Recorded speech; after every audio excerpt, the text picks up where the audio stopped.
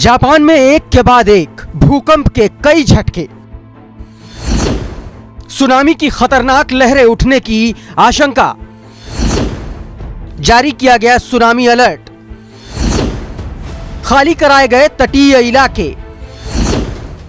एक तरफ जहां सोमवार यानी कि 1 जनवरी 2024 को नए साल ने दस्तक दी, तो वहीं जापान में भूकंप के तीव्र झटके महसूस किए गए। जापानी मीडिया NHK के मुताबिक रिक्टर स्केल पर इसकी तीव्रता 7.4 दर्ज की गई। प्रशासन ने सुनामी का अलर्ट जारी किया है। जापान की मौसम विज्ञान एजेंसी के मुताबिक भूकंप इशिकावा प्रांत के अनामिजू शहर में आया। इसका केंद्र पृथ्वी से 10 किलोमीटर नीचे था। भारतीय समय के मुताबिक दोपहर 12:40 पर भूकंप के झटके महसूस किए गए। इसके 8 मिनट बाद ही 6.2 तीव्रता का पहला आफ्टर शॉक रिकॉर्ड दर्ज किया गया। इसके बाद 5.2 तीव्रता का दूसरा आफ्टर शॉक रिकॉर्ड किया गया। हालांकि इस बीच ये भी जानकारी सामने आई कि इशिकावा के वाजिमा शहर में 1.2 मीटर की सुनामी की लहर टकराई है। फिलहाल अभी तक किसी भी तरह के नुकसान की कोई खबर नहीं है। 16 फीट ऊंची उठ सकती हैं सुनामी की लहरें। रिपोर्ट्स के मुताबिक सुनामी अलर्ट जारी होने के बाद लोगों से इशिकावा, निगाता, तोयामा और यामागाता राज्य के तटीय क्षेत्र को जल्द से जल्द छोड़ने की अपील की गई है। कहा यह भी जा रहा है कि 5 मीटर यानी कि 16 फीट ऊंची लहरें उठ सकती हैं। ऐसे में कोस्टल एरिया में रहने वाले लोगों को सुरक्षित जगहों पर जाने के लिए कहा गया है।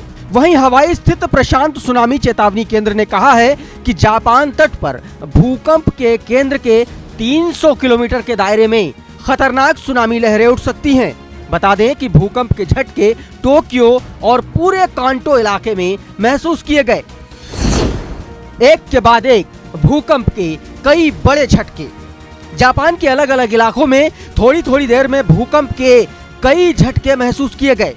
जापान मौसम विज्ञान एजेंसी JMA ने कहा है कि जापान के मुख्य द्वीप होन्शु के जापान सागर की ओर नोटो क्षेत्र में स्थानीय समयानुसार 4:06 पर 5.7 तीव्रता का भूकंप आया।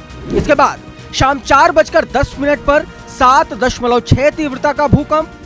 उसके बाद 4:18 पर 6.1 तीव्रता का भूकंप। वहीं 4:23 पर 4.5 तीव्रता का भूकंप और 4:29 पर 4.6 तीव्रता का भूकंप। इसके अलावा 4:32 पर 4.8 तीव्रता का भूकंप महसूस किया गया। US जियोलॉजिकल सर्वे ने बताया कि इसके तुरंत बाद 6.2 तीव्रता का एक और भूकंप आया और इस तरह से लगभग भूकंप के 21 झटके महसूस किए गए। फुकुशिमा न्यूक्लियर प्लांट पर खास नजर।